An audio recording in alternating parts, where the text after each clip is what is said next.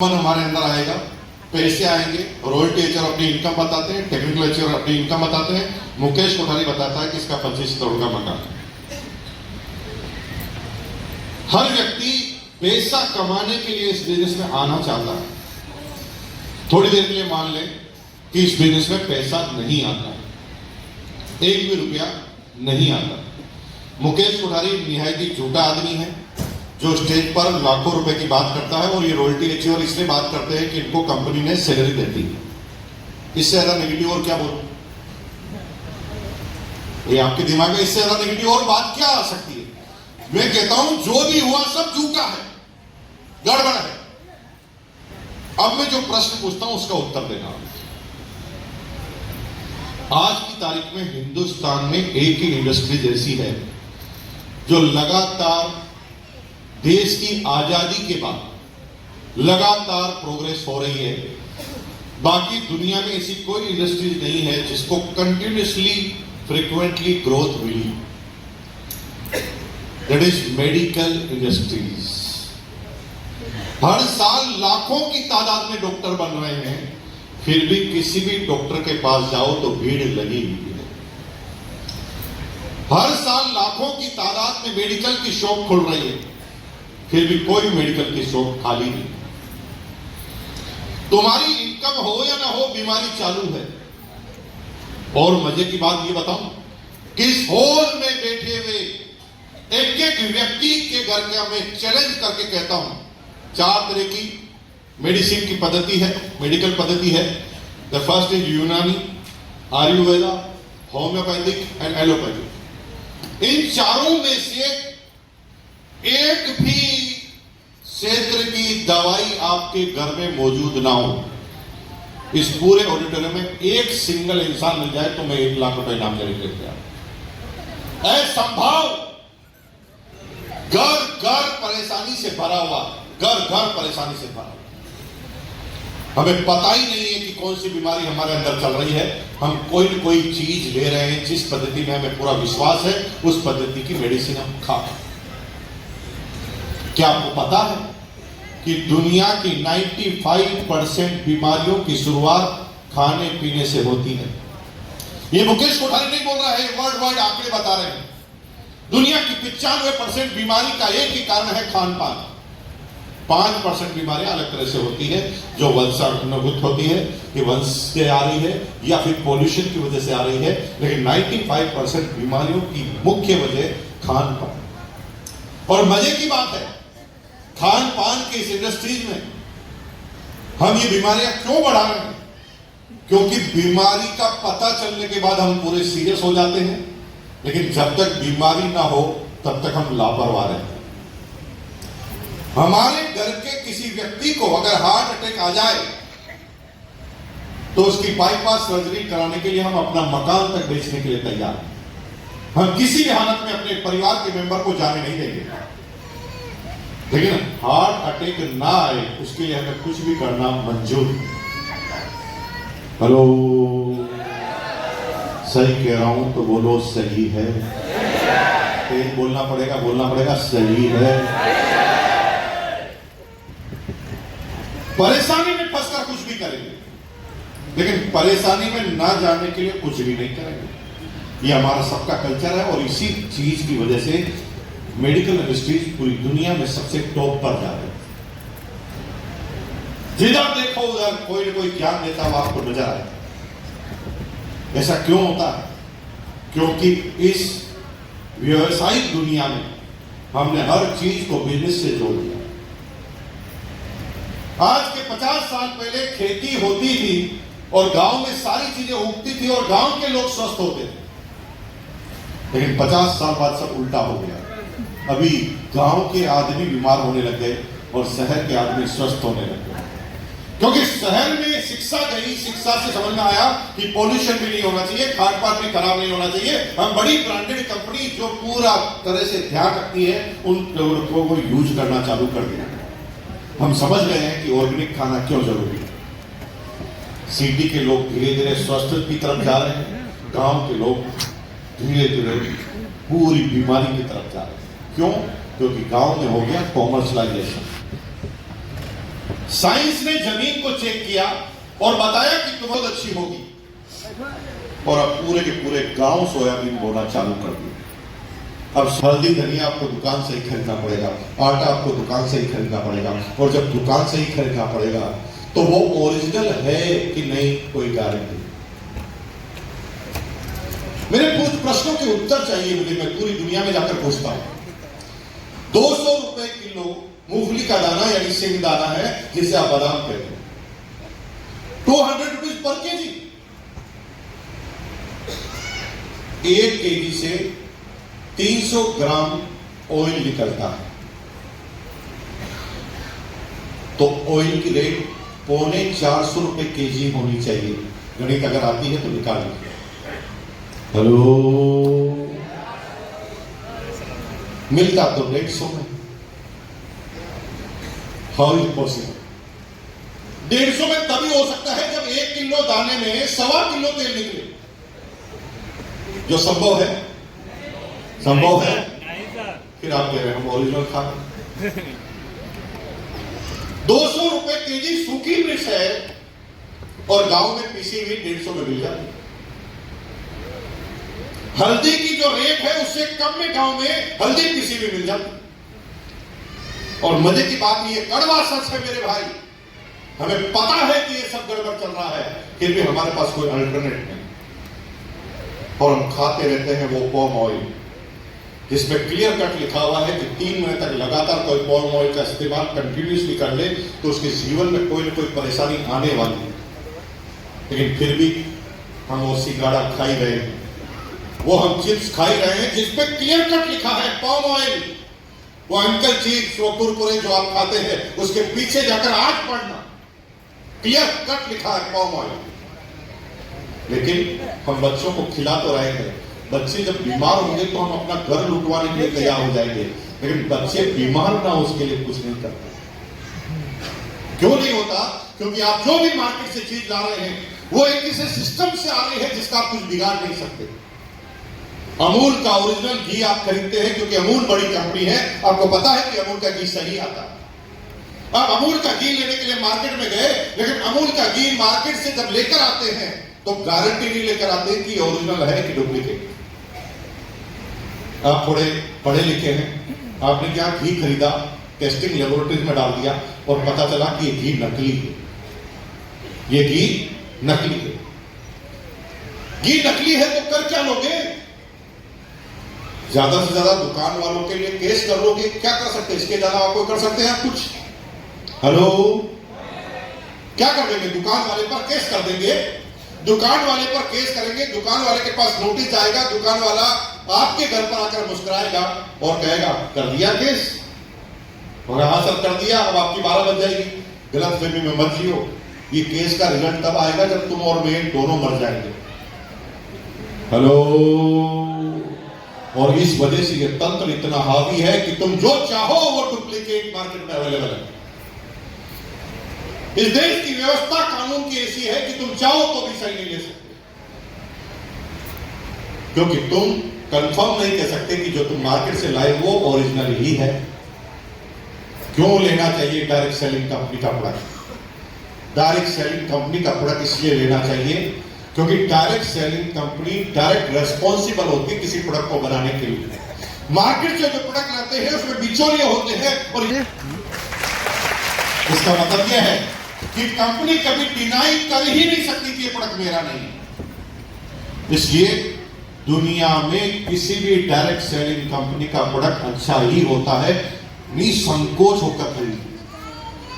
Y RCM? इसलिए दुनिया की किसी भी डायरेक्ट सेलिंग कंपनी का प्रोडक्ट खाने पीने का मार्केट से 30% रेट में ज्यादा आता है।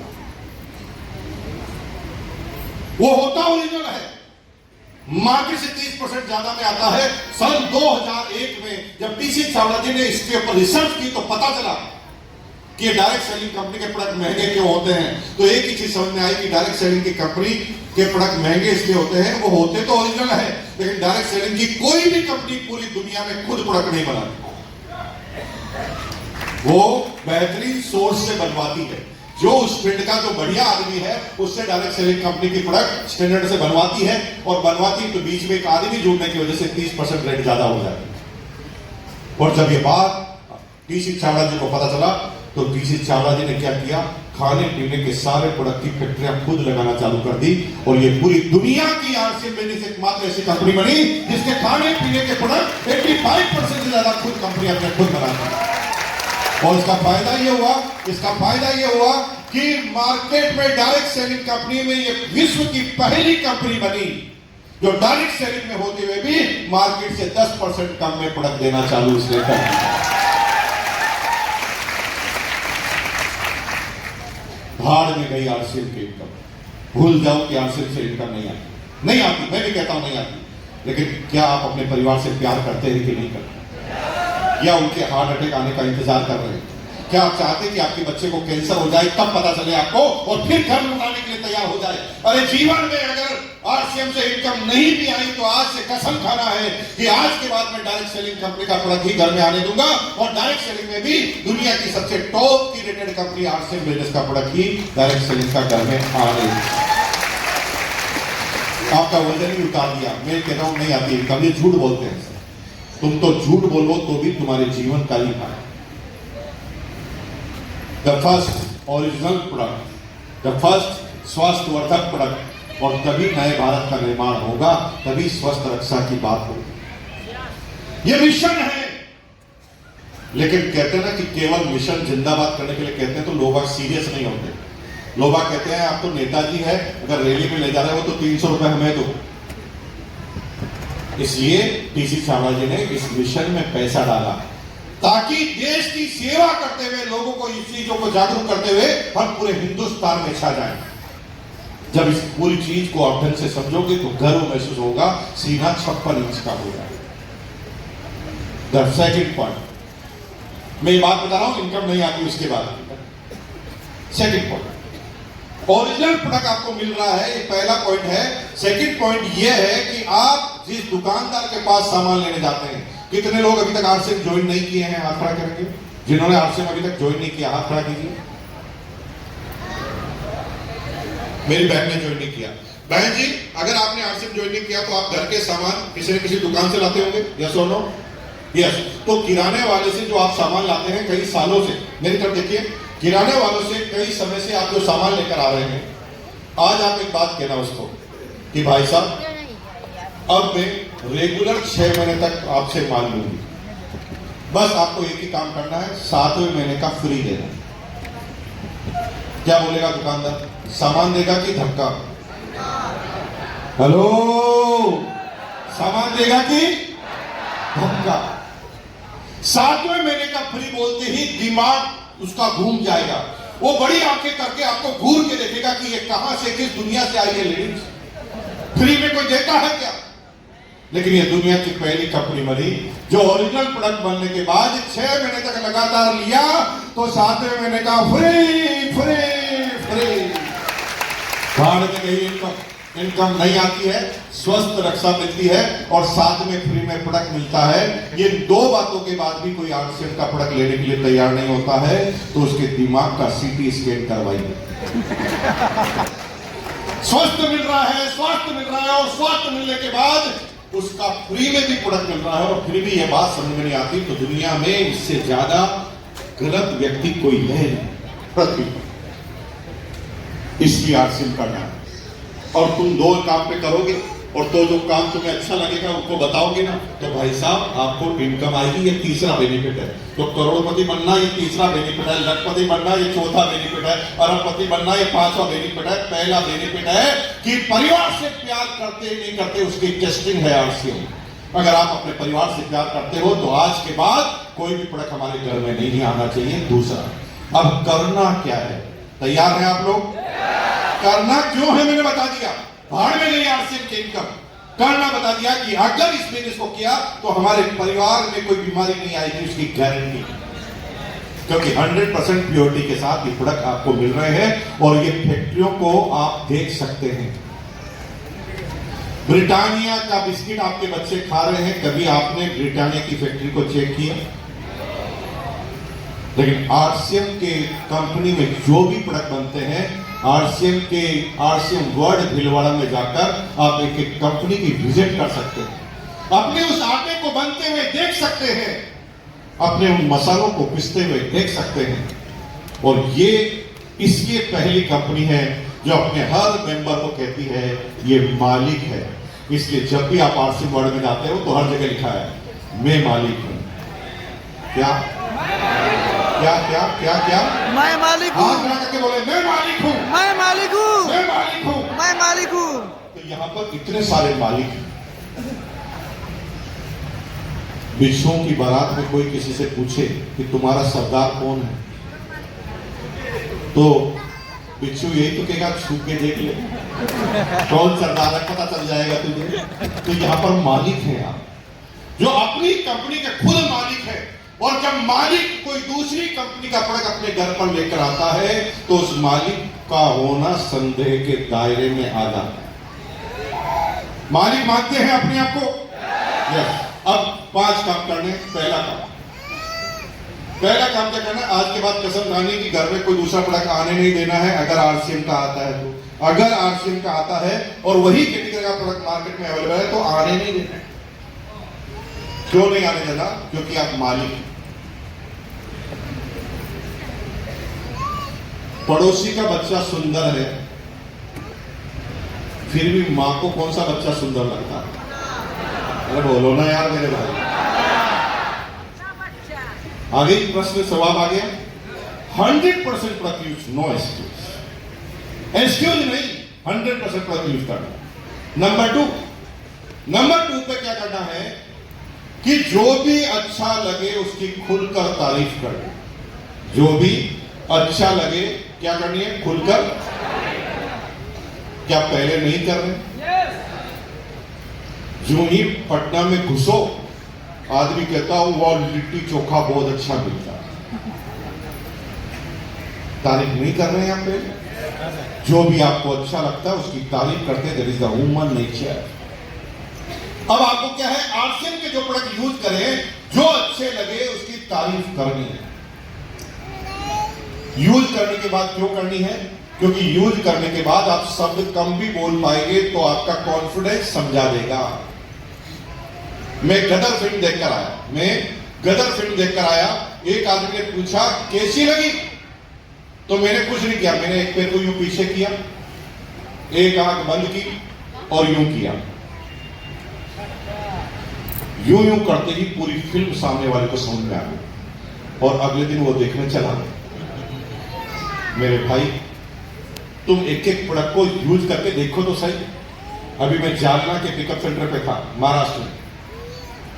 दीदी जालना के पिकअप सेंटर में था महाराष्ट्र में, वहां के 3-4 ब्यूटी पार्लर को पता चल गया कि नई फेशियल किट आई है। और जब वो फेशियल किट लेकर गई, उन्होंने चेक किया, रेट का कंपैरिजन किया, इंग्रेडिएंट्स का कंपैरिजन चेक किया, तो एक पिकअप सेंटर पर 250 पैकेट पर डे की सेल है। 250 पैकेट्स, एक एक प्रोडक्ट में जान है। तो उन प्रोडक्ट पर देखो तो सही कर कि उन प्रोडक्टों का मतलब क्या है। एक एक प्रोडक्ट क्या क्या कर सकता है जो मैं आपको आने वाले समय बताऊंगा। तो आज के बाद आपको क्या करना है? उन प्रोडक्टों की तारीफ करना चालू करना है। तो अभी तक मैंने 2 बड़े बड़े कठिन काम आपको बता दिए। पहला काम तो है खाना यूज करना। कितना भारी काम लग रहा है आपको? भारी काम लग रहा है। दूसरा काम क्या? तारीफ करना। पहले कर रहे हो फ्री में। अमिताभ बच्चन फ्री में नहीं करता। आज के बाद अमिताभ बच्चन मानो अपने आप को। अमिताभ बच्चन रोज हाजमोला खा के खाना पचाता है। एक दिन कंपनी चले गई उनके पास कि सर आप रोज खाते हो? कहा। तो फिर एक बार टीवी पे बोल दो ना, वो नहीं 5 करोड़ लगेंगे। हेलो, आज के बाद तारीफ वही करनी जिससे पैसा आए। और ये जब बात समझ में आ गई, आज के बाद अपने आप को अमिताभ बच्चन समझना चालू कर दिया तो आपका बिजनेस शुरू, फिर कोई रोक नहीं सकता। तीसरा काम क्या करना है?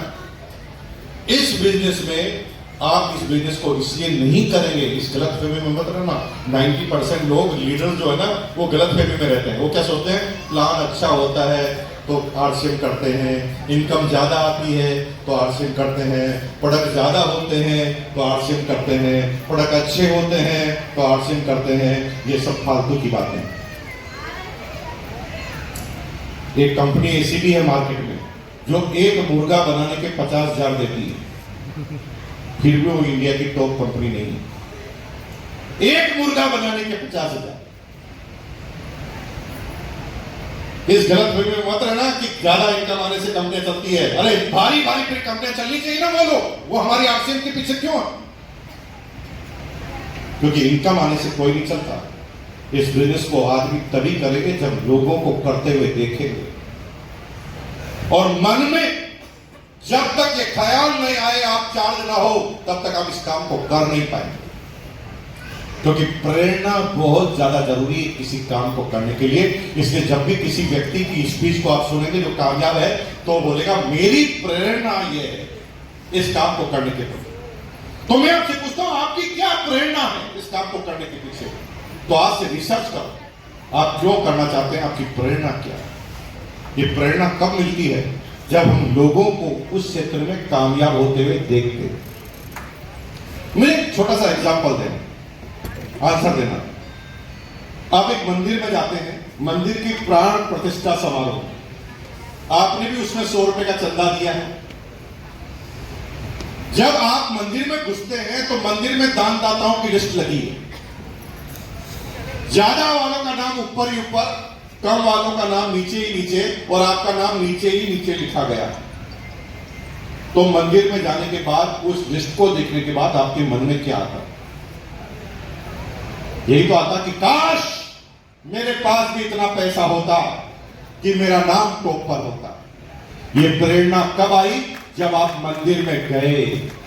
अगर आप मंदिर में नहीं जाते, घर पर रहते, तो ये प्रेरणा नहीं आती। सिंपल सी बात है, मोटिवेशन मोटिवेशन मोटिवेशन। पड़ोस के घर में अमरूद का पेड़ लग रहा है, आपकी एज 12 साल की है, तो पेड़ को देखकर आपके मन में क्या विचार आता? बताओ बेटा, 12 साल की एज है, पड़ोस के घर में अमरूद के पेड़ पे लटक रहे बड़े बड़े, तो उसको देखकर मन में क्या विचार आता? कि तोड़े और खा ले। 12 साल के ज्यादा बुद्धि नहीं है, 12 साल के आपने कहा क्या खाने की तो चीज है, तोड़ो और खाओ। लेकिन आप खा नहीं पाते क्योंकि ज्ञान बीच में आता है। ज्ञान क्या है? पहले किसी ने तोड़ा था, उसको मालिक ने पकड़ लिया था, उसके जूते पड़े थे, मेरे माँ ने भी मुझे मारा था। ये पुराना ज्ञान है जो उसको खाने नहीं देता। आपका भी वही ज्ञान है। ज्ञान क्या है? मेरे दादाजी ने भी नौकरी की थी, मेरे पिताजी ने भी नौकरी की थी, मैं भी नौकरी ही करूंगा, नौकरी से ही जीवन चलेगा। ये तुम्हारा ज्ञान है, और ये ज्ञान तुम्हें काम करने से रोकेगा। अकेला आदमी अमरूद तोड़ता नहीं, लेकिन जब 4 दोस्त उसी अमरूद के पेड़ के सामने से निकलते हैं तो माजरा और माहौल कुछ अलग होता है। 4 दोस्त अमरूद के पेड़ के सामने से निकलते हैं, चारों लोग अमरूद के पेड़ को देखकर एक दूसरे की शक्ल देखते हैं और चारों ही समझ जाते हैं कि चारों चाहते क्या।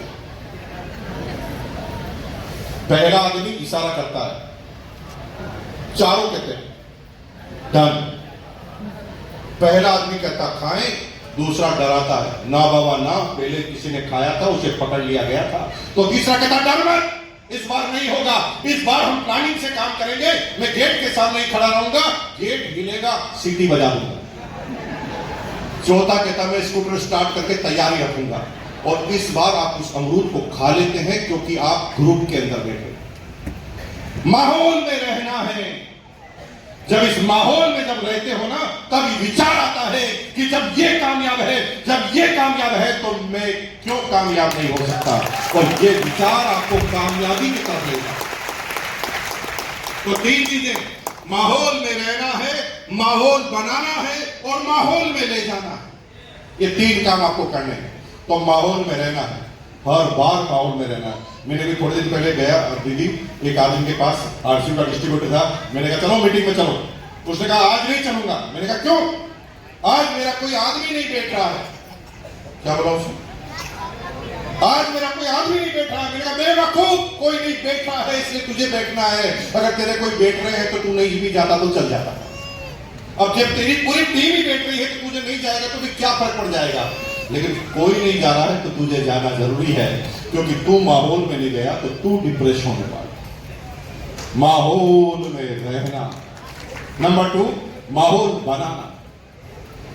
अभी नेताजी लोग, अभी लोकसभा के चुनाव आने वाले हैं, आप देखना कितना जोरदार माहौल बना है, लास्ट मोमेंट का माहौल। और जब माहौल बनाते हैं तब दुनिया कहती है यार माहौल तो इस बार इसका चल रहा है और हम वोट इसी को देंगे। दुनिया वोट उसी को देती है जिसका माहौल होता है। और अगर हमें माहौल बनाना नहीं आता तो दुनिया आपके साथ आएगी नहीं। हिंदुस्तान के प्रधानमंत्री जो इसकी पार्टी के होते हैं, हर साल लाल किले से यशस्वी भाषण देते हैं, यशस्वी भाषण, चाइना के बारे में बड़ी बड़ी बातें करते हैं। जो भाषण देना उसको पता है कि चाइना इंडिया का कोई कंपैरिजन ही नहीं है। इंडिया से 3 गुना ज्यादा आर्मी चाइना की है, इंडिया से 8 गुना ज्यादा मिसाइल चाइना के पास है, इंडिया से 10 गुना ज्यादा परमाणु बम चाइना के पास है, इंडिया से 9 गुना ज्यादा फाइटर प्लेन चाइना के पास है।